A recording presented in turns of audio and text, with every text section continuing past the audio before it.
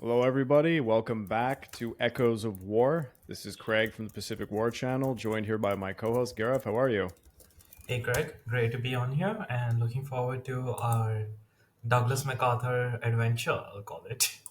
Yeah, the continuation of the Philippines campaign. Today's actually going to be the meat and potatoes of, I'd say, the entire series. But before we jump into it, I just want to remind the audience we are on YouTube. We're using a brand new software that makes us look much better than the previous one. Not going to pay for a Zoom account again. Just saying that up front. There's going to be, I'm counting about 20 tabs open on my Google right now. A lot of maps, some pictures. And in the future, when I figure out how I'll do this, I'm probably going to put full on clips, but got to watch out for copyright stuff, of course. So please, if you can, join us on YouTube and see our ugly mugs, put, put a face to the way we sound. And also, And if you if like to. if you want peak depression, I sometimes wear the Toronto Maple Leafs t-shirt. Oh, jeez. Yeah, he was last time. Uh, but before we jump into it, also, if you'd like to further support the channel, please consider checking out the YouTube membership or the Patreon account at www.patreon.com/the Pacific War Channel. By joining either of these, you get access to the exclusive podcast series, which is 29 episodes and ongoing at this point. You get early access to all the content I make, which I have 4 episodes coming out simultaneously. I'm actually really crunching right now. So there's a lot up there. And of course, you get voting rights for the subjects I will tackle next. I just put up a poll. And despite the voting, I'm actually already making pretty much all the episodes that are on that poll because of other reasons. I had to tackle some subjects for some other projects that are ongoing. So I said, hey, got to do it. Spoiler alert, I'll just say it right here. The one that won out was an episode on why Japan surrendered.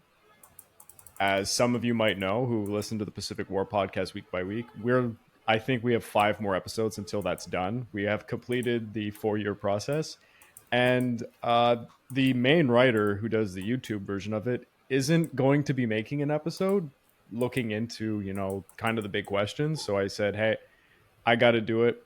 I'll make it a Patreon episode in the meantime, but I do want to give something to that audience. So I'm going to be making a few special episodes, why the If nukes I'm were not dropped. mistaken, Craig, one of our very first episodes, underrated moments of the Pacific War theater, we Mhm. actually covered the Soviet invasion of Oh, Manchuria. yes.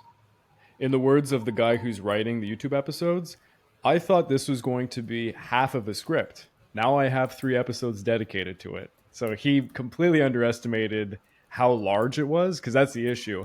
When he goes through the field order of battle, he was like, "Oh my god, it took up like the footnotes is longer than the actual script itself." Just looking at how many units, all the prestigious commanders that get dragged to the east to lead them, it's such a huge encirclement maneuver. It takes a lot of Not time to to get mention, through. it's now a battle-hardened and experienced Soviet army marching forward. It's as if Muhammad Ali fought an infant. There's just not like the Japanese of the Kwangtung army are reservists, older guys, wounded guys, just guys like sent off leave. Like it's the worst that they have to face what is the The arguably the best. strongest ground forces in the world at that point. Yeah. So yeah, they got trampled. And a lot of people kind of like, it's a meme that happened, but like not a lot of people have looked at how it went down, all the planning. It was very complicated. It's insane the distances the Soviets go. But yeah, that's it's coming up on the Pacific War in episode 194, which is the last one I just wrote.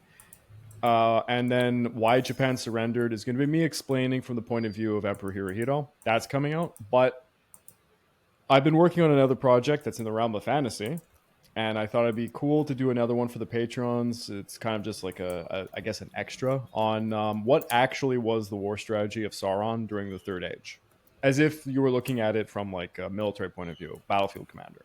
It's a pretty interesting episode. Okay, I'm definitely sold for that. Yeah. So stuff is coming out behind the paywall. It's only like $2 to get the stuff, folks. So just pay the $2 for 1 month, download everything, and walk away if you want. That doesn't hurt my feelings.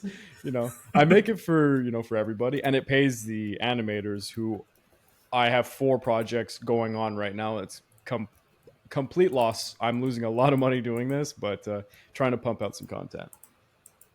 Stating all of those updates, we're jumping into the meat and potatoes of what is the Battle for Bataan, which is actually apparently it's supposed to be pronounced Bataan, but I've my whole life it's been Bataan, so I have to pronounce it like that. I just can't get myself to do it. But I acknowledge that we're mispronouncing it, as the narrator for Kings and Generals was told a few weeks into the series, amongst other things.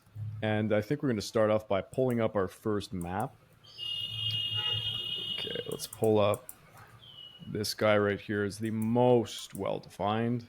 Garab, you can see it. Yep, And that's we're quite a yeah, lot of unit movements. yeah, as you can see, this is a pretty complicated one. We're going to start up north, and we're picking off from the last episode. So basically, the last episode was the initial defense of the Philippines, how it kind of just crumbled. They made delaying actions running to what is Bataan, this part of the peninsula. And now they are stuck there, and they have to fight for as long as possible against the enemy.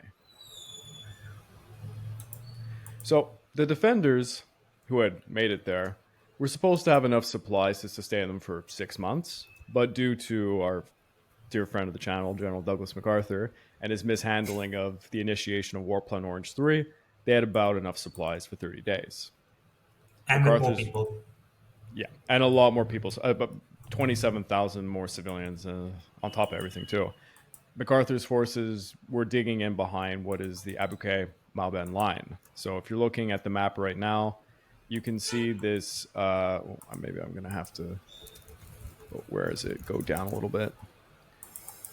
You can see that these top lines over here are the initial defensive lines. So that's the blue, whereas the red is the Japanese, where they're going to be going. And there's actually a few formidable lines. So if you go all the way down here, the second line of defense is the Bagac Orian line, but we'll get to that soon. But we're over here at the top of the main defensive line. Now, this line cuts across the northern end of the peninsula, as you can see, and it's flanked on either side in the middle by an extinct volcano known as Mount Netib. Now, actually, I am going to share one other map briefly because I think it doesn't look as good, but it gives you an idea of why this feature was important. So if you're looking at this map here,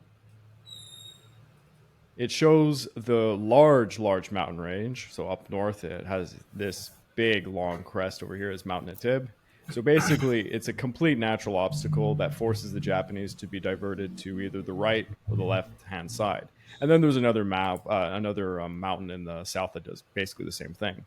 So this natural defense allows MacArthur and the forces to pretty much put all of their eggs in one basket that's on the right hand side. And also, not to mention, you can reduce your front.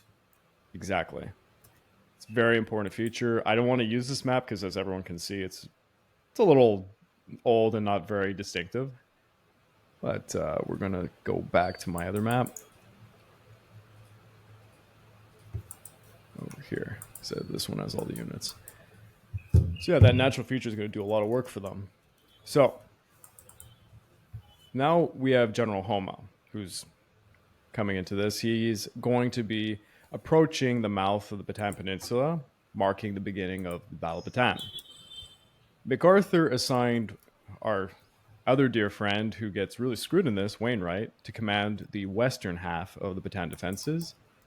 Following their chaotic and heroic battles over the Aegean Gulf, Wainwright's men were not in any condition for immediate action. Regardless, he was given command of the 1st Corps, which comprised 4 divisions and a regiment of the Philippine Scouts. His defensive line stretched from Maban on the coast to Mount Silanganan, which is a range. Now, it seemed likely that the Japanese would begin their assault from the eastern side along the coastal highway, a sector that MacArthur assigned to Major General George Parker. Parker was commanding 25,000 men of the 2nd Corps, consisting of 4 divisions, and also a regiment of Philippine Scouts. These units had just escaped from the southern part of the Philippines on Luzon with relative ease, and they were, much more fresh for combat.